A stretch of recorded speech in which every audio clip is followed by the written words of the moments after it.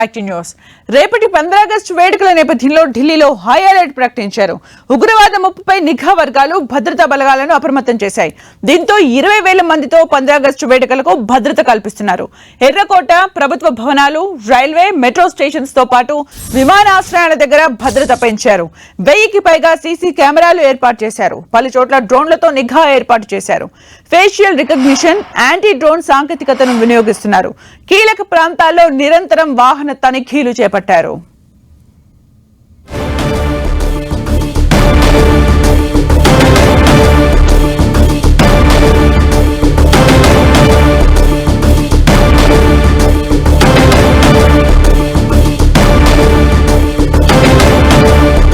రేపటి 15 ఆగస్టు వేడుకల సందర్భంగా ఎర్రకోట దగ్గర, అలాగే ప్రభుత్వ భవనాలు, రైల్వే స్టేషన్స్, మెట్రో స్టేషన్స్ దగ్గర కూడా భారీ భద్రత ఏర్పాట్లు చేశారు. విమానాశ్రయాల దగ్గర కూడా భద్రతను పెంపొందించారు. ఎందుకంటే రేపటి 15 ఆగస్టు వేడుకల నేపథ్యంలో ఇప్పటికే ఇంటెలిజెన్స్ వర్గాల నుంచి హై అలర్ట్ ఉండటంతో పోలీసులు భారీ బందోబస్తును ఏర్పాటు చేయడం జరిగింది. అయితే 1000కి పైగా సీసీ కెమెరాస్ తో, అలాగే డ్రోన్స్ తో కూడా అక్కడ నిరంతరం పర్యవేక్షించే విధంగా కూడా ఏర్పాట్లు చేస్తున్నారు. యాంటీ డ్రోన్ సాంకేతికను కూడా పోలీసులు వినియోగిస్తున్నారు. కీలక ప్రాంతాల్లో వాహనాల తనిఖీలు ముమ్మరం చేశారు. ఇక రేపటి 15 ఆగస్టు వేడుకలను దృష్టిలో ఉంచుకొని భారీ కట్టుదిట్టమైన ఏర్పాట్లు చేశారు. ఎక్కడికక్కడ తనిఖీలు కొనసాగిస్తూ ఉన్నారు. క్విక్ రియాక్షన్ టీంలు, కమాండోలు, పారామిలిటరీలను కూడా మోహరించడం జరిగింది. ఢిల్లీలో అడుగడుగునా తనిఖీలు చేపడుతున్నారు. పలు చోట్ల ట్రాఫిక్ ఆంక్షలు కూడా కొనసాగుతున్నాయి. భారీ భద్రతను ఏర్పాటు చేశారు. 15 ఆగస్టు వేడుకల నేపథ్యంలో ఢిల్లీలో హై అలర్ట్ కొనసాగుతోంది.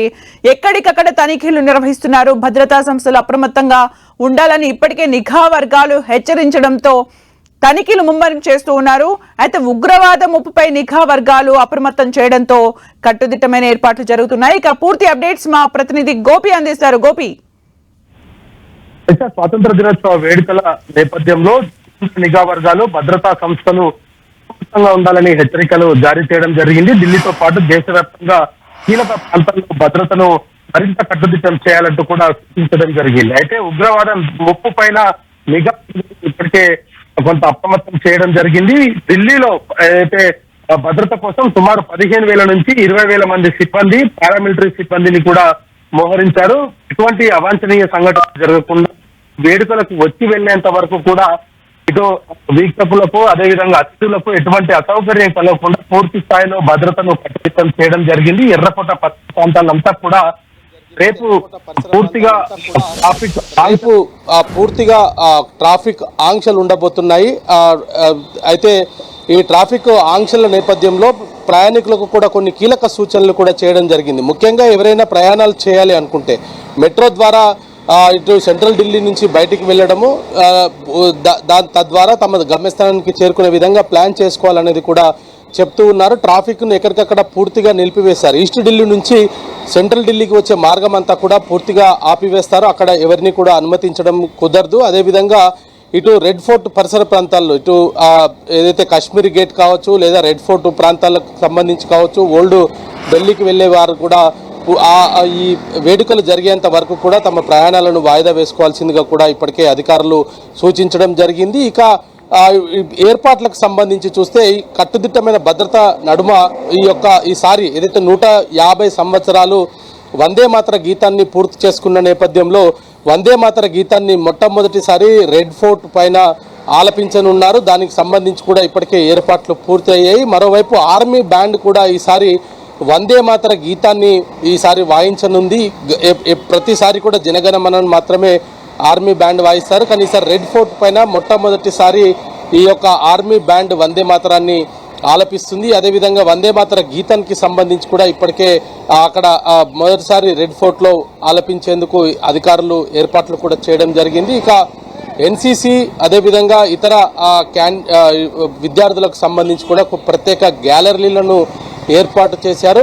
అతిథులకు సంబంధించి కూడా కొన్ని కీలకమైన సూచనలు చేశారు. విఐపి పార్కింగ్ స్టిక్కర్స్ ఉన్న వాహనాలకు మాత్రమే అనుమతిస్తారు. మిగతా వారంతా కూడా మెట్రోలో ఉచిత ప్రయాణం ద్వారా ఇటు రెడ్ ఫోర్ట్ వద్దకి చేరుకోవచ్చు అనేది కూడా అధికారులు సూచిస్తున్నారు. ఎవరికి కేటాయించిన సీరియల్ నెంబర్ ద్వారానే వారు లోపలికి ప్రవేశించి అక్కడ కూర్చునేందుకు ఏర్పాట్లు చేయడం జరిగింది. ఇక అకాలంగా వర్షం పడుతున్న నేపథ్యంలోనే వర్షానికి కూడా ఇటు వచ్చిన సందర్శకులు ఇబ్బంది తలెత్తకుండా ఉండేందుకు ప్రతి కుర్చీలో ఒక రెయిన్ కోట్ను temporary use and throw rain కోట్ను కూడా ఉంచేందుకు అధికారులు ఏర్పాటు చేయడం జరిగింది. ఇక మంచినీటి సౌకర్యము, ఇటు వచ్చిపోయే వారికి కూడా ఎంట్రీ ఎగ్జిట్లో కూడా పూర్తిగా తనిఖీలు నిర్వహిస్తున్నారు. అదేవిధంగా కొన్ని నిషేధమైన ఎలక్ట్రానిక్ పరికరాలను కూడా నిషేధించడం జరిగింది. కేవలం మొబైల్ ఫోన్స్ తప్పితే ఎటువంటి పరికరాలను కూడా అనుమతించరు. కాబట్టి సందర్శకులు ఎవరు కూడా అటువంటివి తీసుకురావద్దు అనేది కూడా చెప్తూ ఉన్నారు. ఇటు ఇయర్ బడ్స్ కావచ్చు, లేదా లైటర్స్, సిగరెట్లు, ఇంకా ఎటువంటి పరికరాలను కూడా అనుమతించరు. ఒక మొబైల్ ఫోన్స్ కు మాత్రం అనుమతి ఉంటుంది అనేది కూడా పోలీసులు అయితే చెప్తూ ఉన్నారు. మరి రేపు జరిగే ఈ యొక్క స్వాతంత్ర దినోత్సవ వేడుకలకు సంబంధించి పూర్తి స్థాయిలో అధికారులు అయితే ఏర్పాట్లు చేయడం జరిగింది. మరి ప్రధాని దీనికి అధ్యక్షత వహించనున్నారు. రక్షణ శాఖ మంత్రి రాజ్నాథ్ సింగ్ రేపు ప్రధానిని రిసీవ్ చేసుకోబోతున్నారు. ఆ తర్వాత ఆయన ప్రసంగం ఉంటుంది. దేశ ప్రజలను ఉద్దేశించి ఆయన మాట్లాడబోతున్నారు. వికసిత్ భారత్ 2047 లక్ష్యంగా రేపు ప్రధాని ప్రసంగం ఉండే అవకాశాలు కనపడుతున్నాయి. Harsha, thank you Gopi for the updates.